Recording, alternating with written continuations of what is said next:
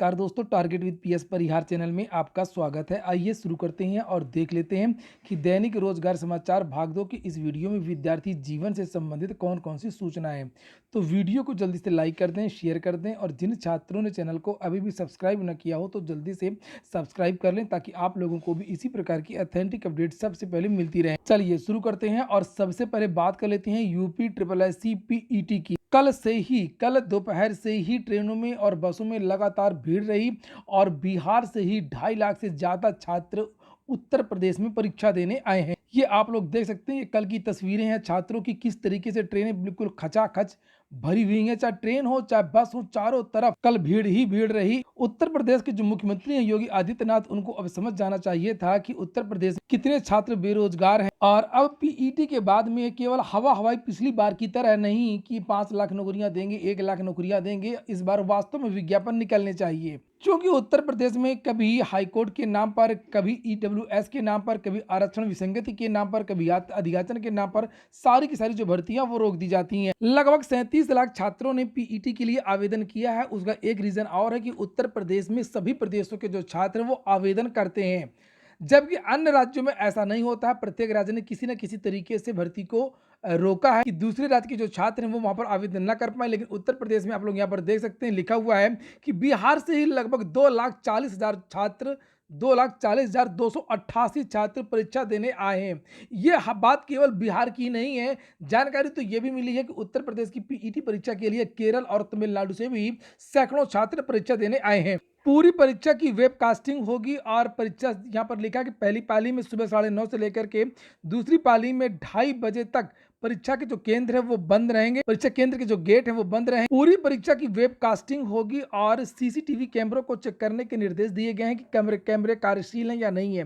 साथ ही परीक्षा केंद्रों पर अभ्यर्थियों के मोबाइल रखने के लिए लिफाफे भी रखे जाएंगे, यानी कि बहुत सारी जो सुविधाएं वो भी विद्यार्थियों को मिलने वाली हैं। और जानकारी मिली है कि पीईटी की जो आंसर की है वो भी बहुत जल्द जारी कर दी जाएगी। 20 तारीख के पहले पहले पीईटी की आंसर की जारी करने की यूपी ट्रिपल एस सी की योजना है। परीक्षार्थियों को अगर कोई भी असुविधा होती है, जो छात्र जिनका सेकेंड मीटिंग में एग्जाम है या कल एग्जाम है, वो सभी विद्यार्थी ध्यान दें कि जहां पर भी रोडवेज बस स्टैंड है, ज्यादातर जिलों में उनके पास में ही कंट्रोल रूम बनाया गया। विद्यार्थी वहां पर जाकर के हेल्प डेस्क, ये देखिए यहाँ पर लिखा हुआ कि लखनऊ की अगर बात करें तो 4 बाग, आलमबाग, कैसरबाग और अवध बस स्टेशन पर हेल्प डेस्क भी बनाई गई है। अगली जो सूचना है वो एसएससी बम्पर भर्तियों के आवेदन की तारीख घोषित कर दी गई है।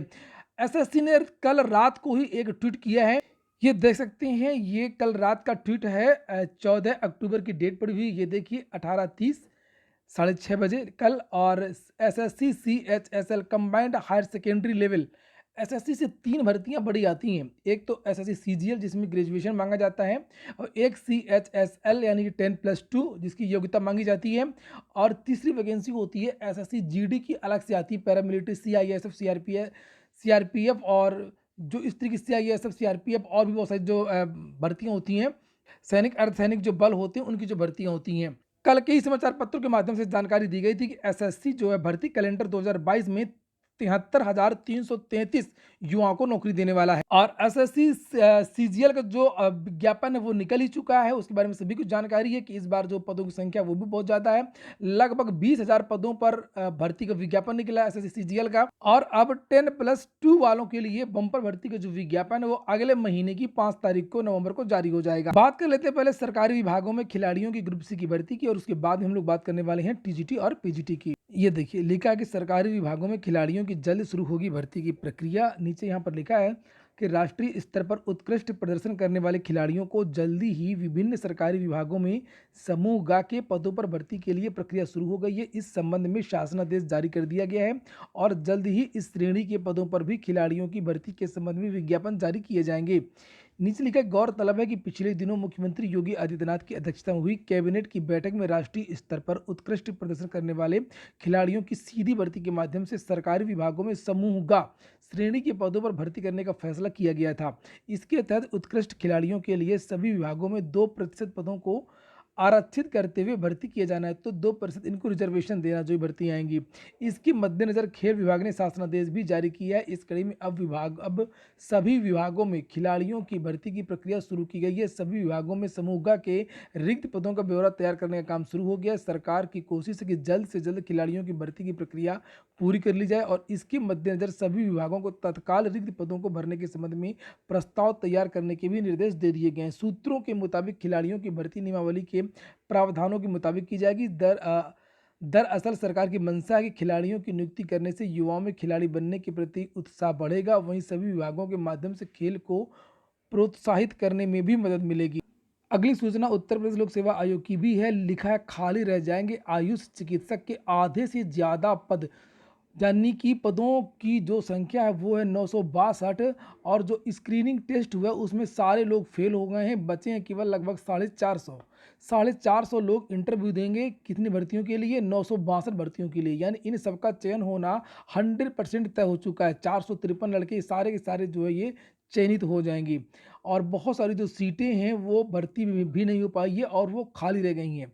962 पदों में लगभग 400 जो सीटें हैं वो आपकी रिक्त रह गई हैं, 450 सीट। ये देखिए लिखा है सामुदायिक स्वास्थ्य केंद्रों में चिकित्सा अधिकारी के 962 पदों पर भर्ती के लिए उत्तर प्रदेश लोक सेवा आयोग ने 23 नवंबर को विज्ञापन जारी किया था। सचिव ने बताया कि 453 अभ्यर्थियों से उनके सभी शैक्षिक अभिलेख ऑफलाइन 18 अक्टूबर तक जमा करने को कहा गया है। ऑफलाइन आवेदन के बाद में साक्षात्कार की तिथि भी घोषित की जाएगी। अंतिम सूचना है टीजीटी और पीजीटी 2022 में मैंने जो बात कही थी वो बात बिल्कुल सही निकली। मैंने आप लोगों से कहा था कि टीजीटी और पीजीटी की जो परीक्षा है वो जून या जुलाई के महीने में ही हो पाएगी, जून या जुलाई 2023। और जो 15 तारीख की जो डेडलाइन थी कि 15 अक्टूबर तक सदस्य आ जाने चाहिए, मैंने कहा था सदस्य नहीं आएंगे और ये बात भी सही निकली। तो सदस्य अभी तक चयन बोर्ड में आए नहीं हैं। आप लोग खुद सोचिए। यहाँ पर आप लोग देख सकते हैं ये आज ही का समाचार पत्र है जिसमें लिखा हुआ है कि डेडलाइन पर खरे नहीं उतरे और फंसी है 4895 पदों पर भर्ती। और एक वीडियो मैंने कुछ दिनों पहले बनाया था जिसमें आप लोगों को जानकारी दी थी कि 15 तारीख तक भी सदस्य नहीं आ पाएंगे, मुश्किल है ऐसा लग रहा है। अभी चयन बोर्ड में सदस्य नहीं है और अक्टूबर के महीने में चेयरमैन का रिटायरमेंट है और उसके अप्रैल के महीने में चेयरमैन का रिटायरमेंट है, अप्रैल में चेयरमैन चले जाएंगे और उसके पहले मार्च के महीने में आपकी जो परीक्षाएं वो चलेंगी बोर्ड की, तो परीक्षा नहीं हो पाएगी और जब ये चेयरमैन चले जाएंगे तो परीक्षा नहीं हो पाएगी, फिर चेयरमैन की तलाश होगी। उसके बाद में जाकर के कहीं जून और जुलाई, मई जून जुलाई के बाद में ही आपकी टीजीटी और पीजीटी की परीक्षाएं अब हो सकती हैं। इसमें किसी की भी कोई गलती नहीं है, गलती केवल सरकार की है। सरकार ही इन सब सारी चीज़ों की जिम्मेदार है। चयन बोर्ड में जब सदस्य ही नहीं रहेंगे, चेयरमैन ही नहीं रहेंगे तो भर्ती कैसे हो सकती है? सकारात्मक सोचिए, अवसर मानिए। आप लोग अपनी पढ़ाई करिए, पढ़ाई के अलावा कोई दूसरा रास्ता है नहीं है। टीजीटी पीजीटी में मेरिट बहुत ज़्यादा जाती है, उसकी कई सारे रीज़न है, इसलिए आज से किताब उठा लीजिए। परीक्षा तो मई में नहीं होगी तो जून में होगी, जून में नहीं होगी तो जुलाई में होगी। पूरा वीडियो सुनने के लिए बहुत बहुत धन्यवाद।